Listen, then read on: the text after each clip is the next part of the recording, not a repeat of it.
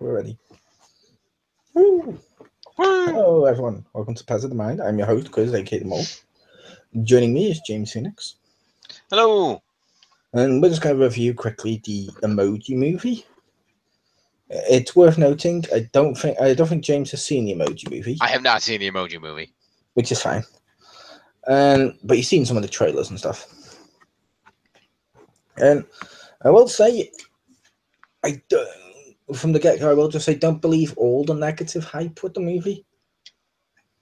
I'll just say that before that goes on. I enjoyed the film. There's some moments of the film, because I'm not going to talk all the way through the plot. I'll just do this in like a quick synopsis. It's about one emoji who suddenly gets multiple emotions. So he goes on a journey to try and find himself type situation. Of course, when he has multiple emojis, the guy whose phone it is thinks his phone's broke.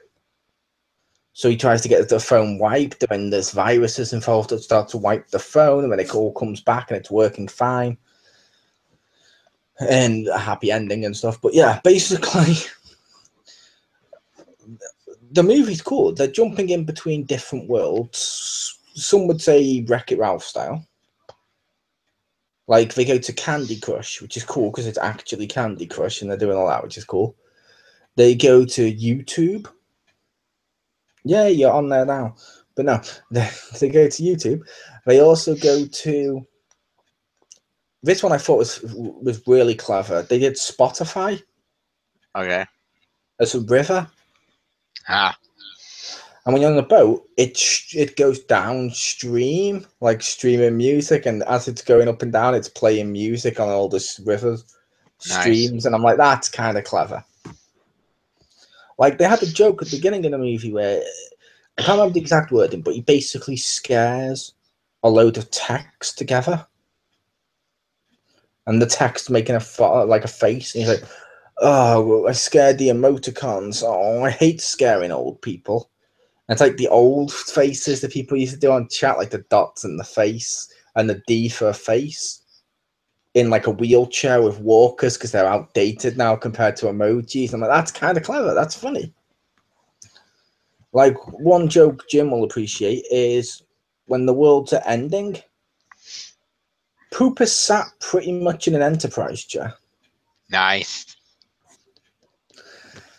The downside to Poop is, besides that one joke, nearly all of his stuff was in the trailer. That's a negative.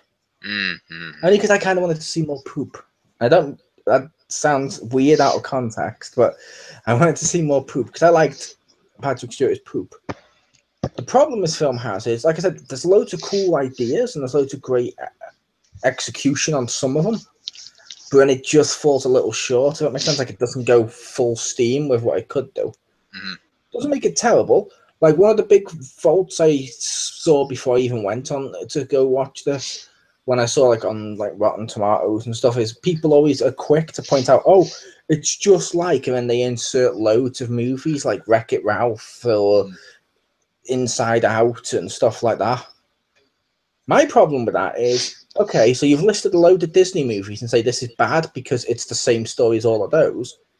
But if you click on all of those, like the one before this one came out, they didn't get negative reviews of being like all the other movies on the list. So why are you giving this one? Kids enjoyed the hell out of it for it.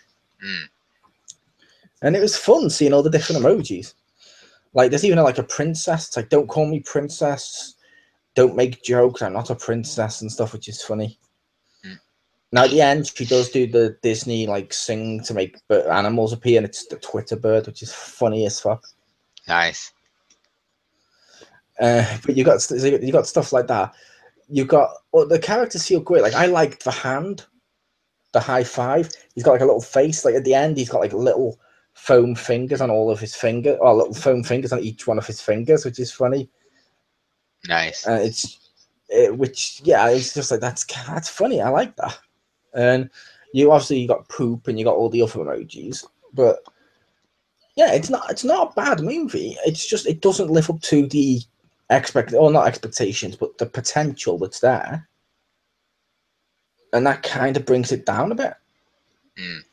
But I'm not sure what you think of the stuff you've seen or heard from it and stuff. Because I know you've probably seen other people talk about it, or you've read reviews, or you've seen trailers and stuff. I've seen the trailers and stuff. It seems like there's some funny jokes in it. Like I get like there's some, certainly some clever stuff in there, but it just seems like there's not. I don't know. I mean, it seems like there was some funny stuff, but it just seemed like there wasn't enough to justify a movie. Like I get I get what they were going for. I get the idea. It just feels like it's, both not enough to justify a movie and just going for like lowest common denominator on a lot of the stuff. Sort of. It's basically, like I mentioned when people listed those movies, it's basically Inside Out. Right. Which was exactly the same, which people will have praised. But it's funny, and emojis are really popular now, so why wouldn't you do a movie of them? Mm. But like I said, there's a load of jokes in there that are just really funny. And a lot of them are intelligent jokes too, where you're like, oh, I get that. But not all the kids get some of the jokes. Fair enough. Like, one of the things I laughed at is there's like a loser pit of emojis that no one ever uses. Okay. One of them's the eggplant. Ah. I'm like, they use that. What you mean is a list of emojis people don't use correctly. Ah. Because obviously everyone else uses it to mean penis. But obviously, but yeah, just in case Jim hadn't seen it. But I've seen it. Oh, good. But yeah, everyone. But I'm just like, that's funny.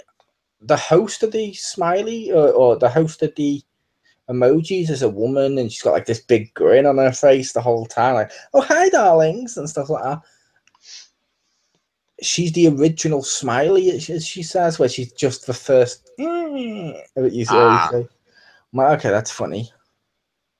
The parents are good too. Are like, oh, come on, son,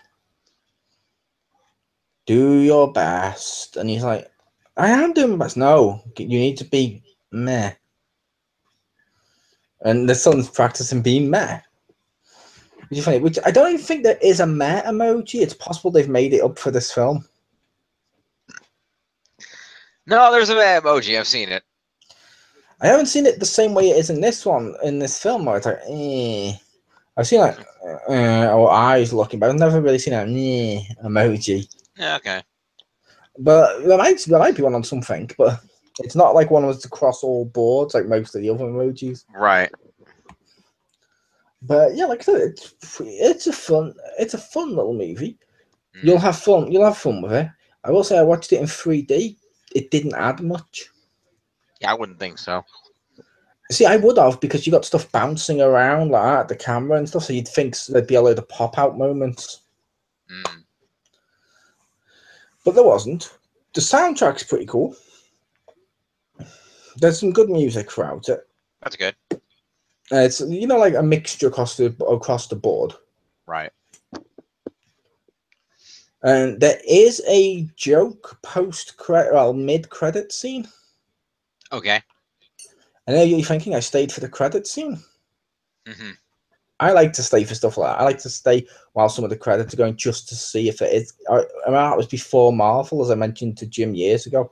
Mm-hmm. I used to like watching some of the credits just to see if it is. If it's a film I enjoy, I like to respect it and stay till as much as the credits as I can before either the people I'm with are leaving, or if they won't, then that's perfect. I'll stay till the end, so I'm perfectly happy with that.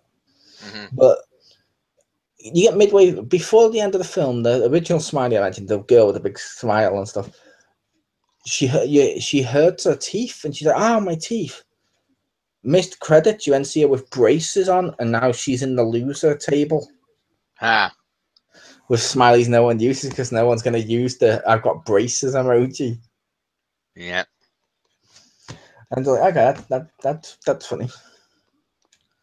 And yeah, like, poop is pretty much just Patrick Stewart as poop. Mm-hmm. But that's funny.